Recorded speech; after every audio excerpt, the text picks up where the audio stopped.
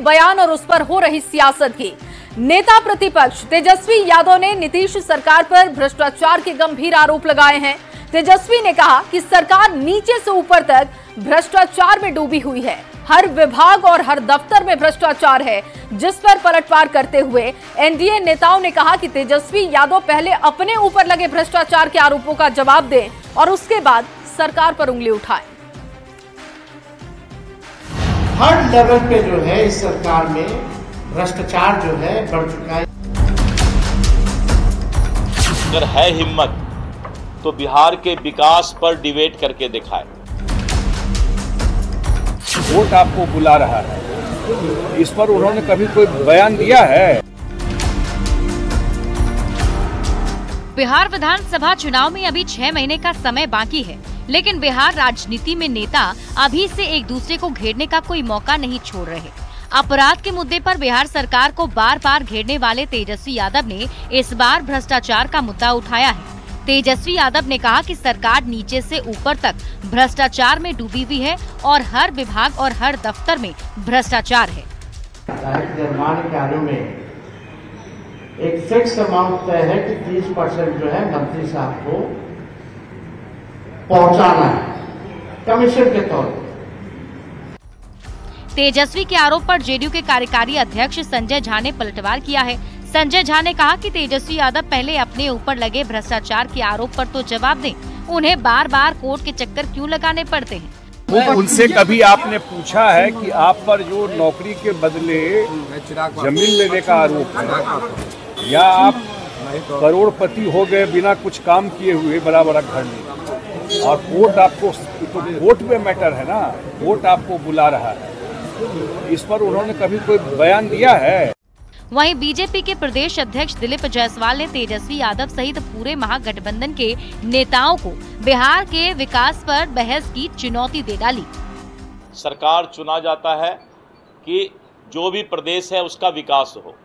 बिहार के विकास पर अगर प्रतिपक्ष की नेता की हिम्मत है तो वो हमसे डिबेट करके देख लें। कुछ दिनों पहले तक तेजस्वी यादव अपराध के मुद्दे पर निशाना साधा करते थे, कभी लिस्ट जारी कर तो कभी सवाल उठाकर।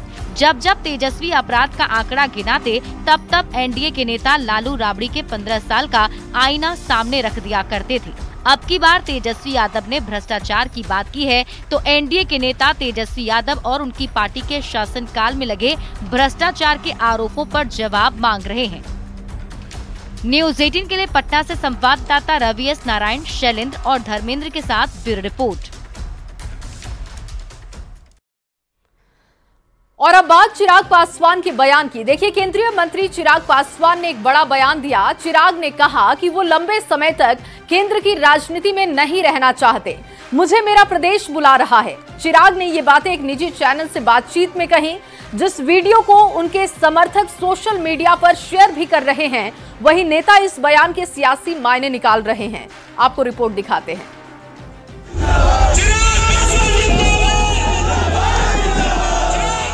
चिराग पासवान लोक जनशक्ति पार्टी रामविलास के अध्यक्ष और केंद्रीय खाद्य प्रसंस्करण मंत्री। चिराग की गिनती देश के उभरते हुए नेताओं में हुई। चिराग ने पिता रामविलास पासवान की छत्र छाया में राजनीति की शुरुआत की, लेकिन पिता के निधन के बाद पार्टी टूटी तो नई पार्टी का गठन किया और खुद को साबित किया। अब चिराग का कहना है कि वो लंबे समय तक केंद्र में नहीं रहना चाहते, वो बिहार लौटना चाहते। उन्होंने कहा कि मेरा प्रदेश मुझे बुला रहा है। चिराग ने ये बातें एक निजी चैनल के साथ इंटरव्यू में कही, जिसे उनके समर्थक सोशल मीडिया पर शेयर कर रहे हैं। गठबंधन की मर्यादाएं भी है, सीमाएं भी हैं, लेकिन मैं चाहूंगा कि एक दिन चिराग पासवान जी को, जो निकट भविष्य में ही हो, बिहार के लोगों की जो आकांक्षाएं हैं, जो उम्मीदें हैं, वहां उनको बड़ी जिम्मेदारी जरूर मिले। बिहार चुनाव से ठीक पहले केंद्रीय मंत्री चिराग पासवान के इस बयान के कई मतलब निकाले जा रहे हैं। केंद्र सरकार की नीति और उनके दलितों के हित में किए गए फैसलों को लेकर चिराग जी का यह स्वागत योग्य कदम है। साथ में सियासत भी खूब हो रही है। भारतीय जनता पार्टी के राजनीतिक प्रयोगशाला से एक नया प्रयोग शुरू करने का विपक्ष के नेता इसे बीजेपी की चाल बता रहे हैं। भारतीय जनता पार्टी एक बार फिर चिराग पासवान के बहाने माननीय मुख्यमंत्री जी की पार्टी की बेड़ा पार लगा देगी। इस बार तो लंका लगना तय है। तो बीजेपी और जेडीयू नेताओं का कहना है कि चिराग के बिहार में सक्रिय होने से क्या दिख रहा है। लोकतंत्र में कोई किसी को रोक नहीं सकता है, हम तो सबका स्वागत करते हैं।